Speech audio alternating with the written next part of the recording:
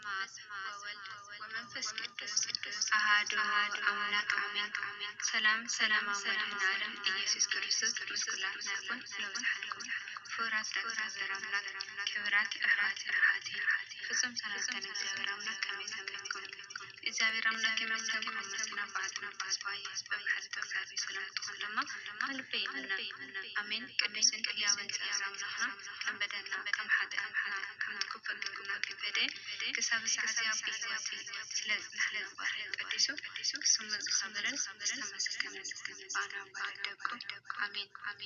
እነሆ ካብ ዝሓለፈ ዝቀፀለ መንፈሳዊ ስነ ጽሑፍ ገለጉ ቀዳም ምንባብና እንታይ ጠቕምና ዝብል ራእይ ክፋልና ቀርብና ኣለና ንኸተዳመፀና በትሕትና ንናቦ እዚ ዝገዳለወና ካብ ማሕበርና ቅዱስ ያሬድ ኦርቶዶክስ ተዋህዶ በኪነ ጥበብ ዝዳለወና ብ2017 እነሆ እናውቅኩም ተመስጦ እንታይ ማለት እዩ? ሓደ ሰብ ብሓደ ነገር ተመሲጡ ክበሃል ከሎ እዚ ሰብ እዚ ንኩሉ ነገር ብቐረባ እንዳመርመረን እንዳጽንዐን እንዳፈተሸን ዓንቆቱ ይርዳእ ኣሎ ማለት እዩ።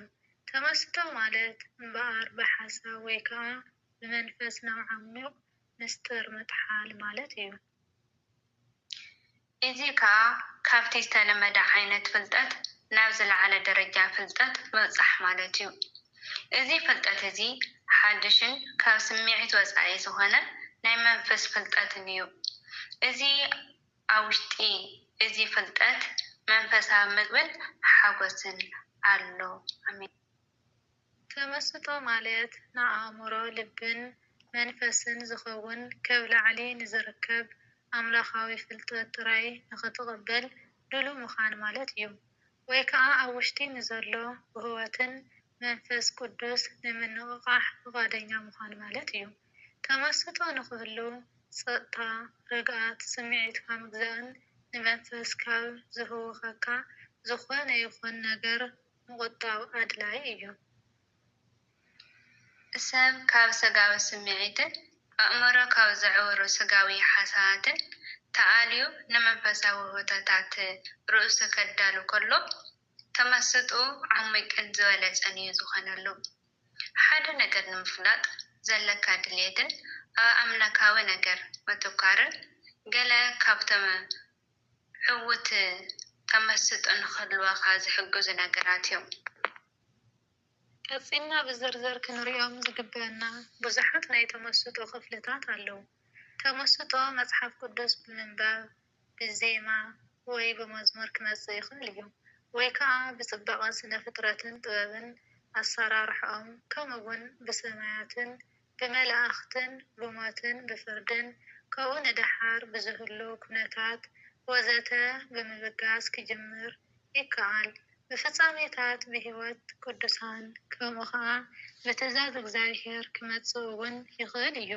ብተወሳኺ በቲ ዓብይን ግሩምን ዝኾነ ባህርያት እግዚኣብሔርን ሓቅነቱን ፀጉኡን እናሓሰብካ ምሳጥ ይከኣል እዩ።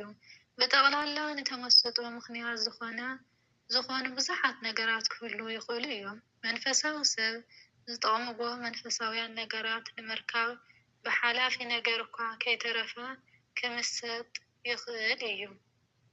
ናይ ተመስጦ ዓለማት ቅዱስ መጽሓፍ ምምሳጥ ኣብ ቅዱስ መጽሓፍ ዝርከቡ ቃላት ብናይ እግዚአብሔር ፍቃድ ዝተዛረቡን ንትምህርትናን ንተግሳጽናን ዝተጻሓፉ መንፈስ ቅዱስ ዘለዎም ቃላት እዮም።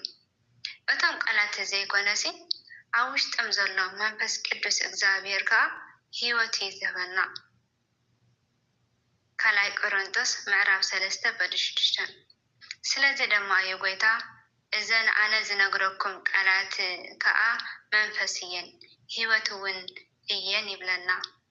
ወንጌላዊ ቅዱስ ዮሃንስ ምዕራፍ 6:63 ከምቲ ሉል ዕንቁ ባሕሪ ኣብ ውሽጢ ቅርፊት ዝርከብ ናይ መጽሓፍ ቅዱስ ቃላት እውን ዓሚቕ ዝኾነ ምስጢር ኣብ ውሽጦም ዝሓቆፉ እዮም። እቲ ዕንቂ ናይ ቃሉ መንፈስ እዩ። ስለዚ በቲ ዕንቂ ወይ ቅርፊት ጥራይ ኣይትዕገብ።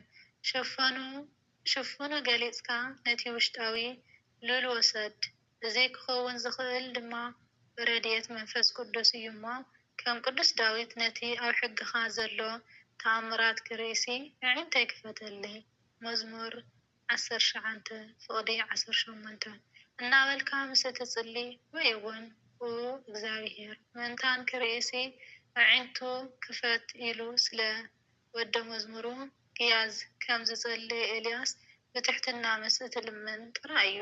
ካልኣይ ነገሥት ምዕራፍ 6 ፍቕዲ 17 ተመስጦ ብግብሪ መንፈስ ቅዱስ ዝመጽእ ናይ ኣእምሮ መብራህቲ እዩ። በዚ ብርሃን እዚ ኣብ ውሽጢ መጽሓፍ ቅዱስ ንዘለዉ ቃላት ሽፋኖም ገሊጽካ ምስጢሮም ክትደልን ብዕምቀት ክትርዳእን ትኽእል።